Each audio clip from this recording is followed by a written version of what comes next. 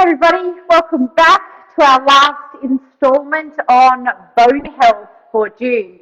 And today we're just talking about what to eat and what to avoid if you're worried about bone health.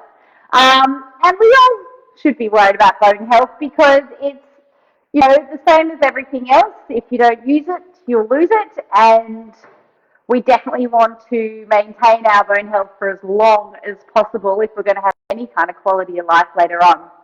So the foods we eat and what we choose not to eat will have an impact on our bone health. And we need multiple sources of the same elements, okay? So yes, we know we need calcium, vitamin D, vitamin K, magnesium, etc., but we actually need different versions of those things.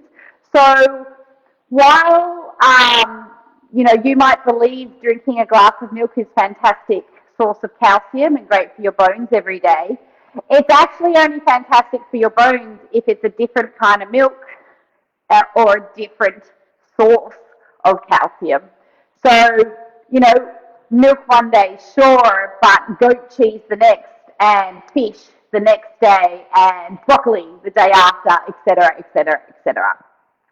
So for healthy bones, you want to eat more yogurt and calcium fortified milks from more than one animal, okay? Not just cow milk. Fish, particularly oily fish and fatty varieties, mackerel, tuna, sardines, salmon, calcium and vitamin D in those fishes. Greens such as kale, cabbage, dandelion, mustard, broccoli, calcium, vitamin K. Spinach, beetroot greens, okra, tomato and tomato products, artichokes, sweet potatoes and raisins have huge amounts of magnesium.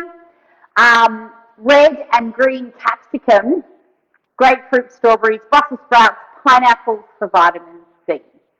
Okay, you notice I didn't have oranges in there. Doesn't mean oranges are bad. I'm just trying to give you new ideas. If you're always having oranges for vitamin C, you may not be getting all the different types and elements and nuances of vitamin C, because no one vitamin or mineral works in isolation, and this is why sometimes, or it's a theory about why supplements don't always work, is that we're taking them in isolation. Whereas if you get your vitamin C or K or whatever from a food source, you're getting it in its natural context with all the other nutrients, phytonutrients, minerals, etc.,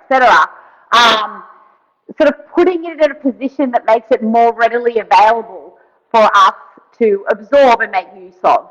Okay, so whole foods are better where possible.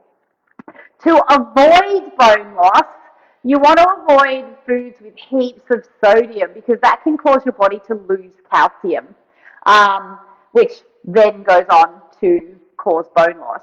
So processed foods, anything in a can or a plastic wrapper is highly likely to have a lot of sodium in it. If you're going to eat out of a packet, then read the packet, please. And you're looking for foods that have less than 20% of your daily recommended intake of sodium.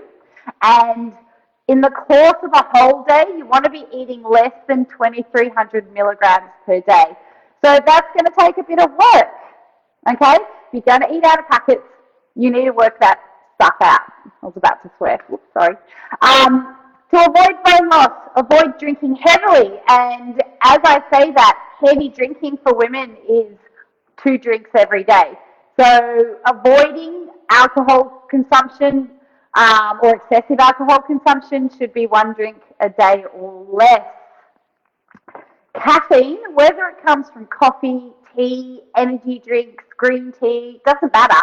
It can contribute to bone loss, and if you're taking your caffeine in coffee, you should be consuming 3 or less every day. Now, if you've spent any time at all flat on your back, like I have, I had a back injury where I was motionless on the floor, taking painkillers for 2 weeks, and then I've had other health events where I've been lying flat for several weeks at a time. All those incidences add up. So you'll notice when you're in hospital, hopefully it never happens to you, but whatever happens, They get you up and walking as soon as possible. And so probably the most underrated exercise for health generally, bone health, muscle health, tendon health, mobility, heart health, is walking. Okay, so if you got nothing else out of this bone health chat, eat actual food, especially fish and greens, and go walking, and you'll be in good stead for maintaining your bone density for as long as possible. I'll see you guys next week. Next month, we're talking stress management.